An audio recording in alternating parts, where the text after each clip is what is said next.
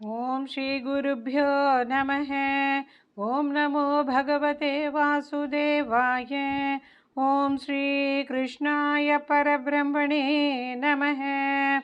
अथ अष्टमं दशकं प्रलयवर्णनं जगत्सृष्टिप्रहारवर्णनं च।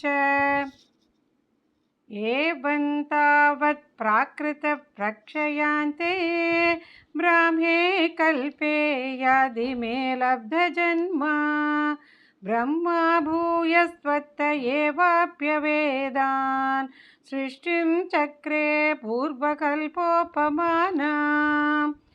सोऽयं चतुर्युगसहस्रमितान्यहानि तावन्मिताश्च रजनीर्बहुशो निनाय निद्राद्यसौ त्वयि निलीय समं स्वशिष्टैः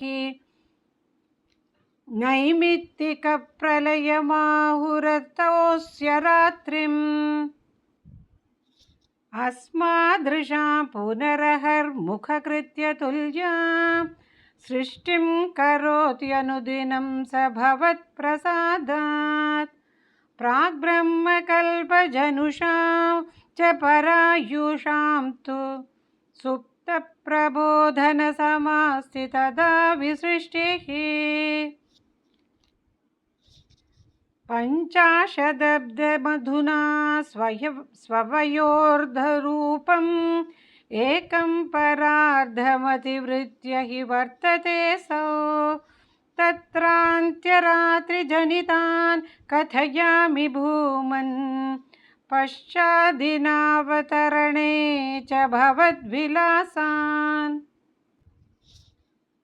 दिनावसानेऽथ सरोजयोनिः सुषुप्तिकामस्त्वयि सन्निलिल्ये जगन्ति च द्वज्जठरं समीयुः तदेदमेकार्णवमास विश्वम् तवैव वेशे फणिराजिशेषे जलैकशेषे भुवने स्मशेषे आनन्दसान्द्रानुभवस्वरूपः स्वयोगनिद्रा परिमुद्रितात्मा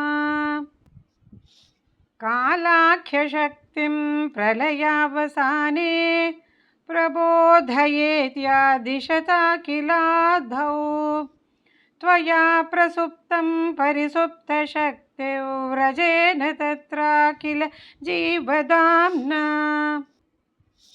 चतुर्युगाणां च सहस्रमेवं त्वयि प्रसुप्ते पुनरद्वितीये कालाख्यशक्तिः प्रथमः प्रबुधा प्रबोधय त्वां किल विश्वनाथ विबुध्य च त्वं जलगर्भशायिन् विलोक्य लोकानखिलान् प्रलीनान् तेष्वेव सूक्ष्मात्मतया विजान्तः स्थितेषु विश्वेषु ददाथ दृष्टिम् ततस्वदीया दयिनाभिरन्ध्रात् उदञ्चितं किञ्चन दिव्यपद्मं निलीननिःशेषपदार्थमाला संक्षेपरूपं मुकुलायमानम् तदेतदम्भोरुहकुट्मलन्ते कलेबरात्तोयपथे प्ररूढं बहिर्निरीतं परितस्फुरद्भिः स्वधामभिर्ध्वान्तमलं न्यकृन्तते सम्फुल्लपत्रे नितरां विचित्रे तस्मिन् भवद्भिर्यदृते सरोजे सपद्मजन्मा विधिराविरासीत्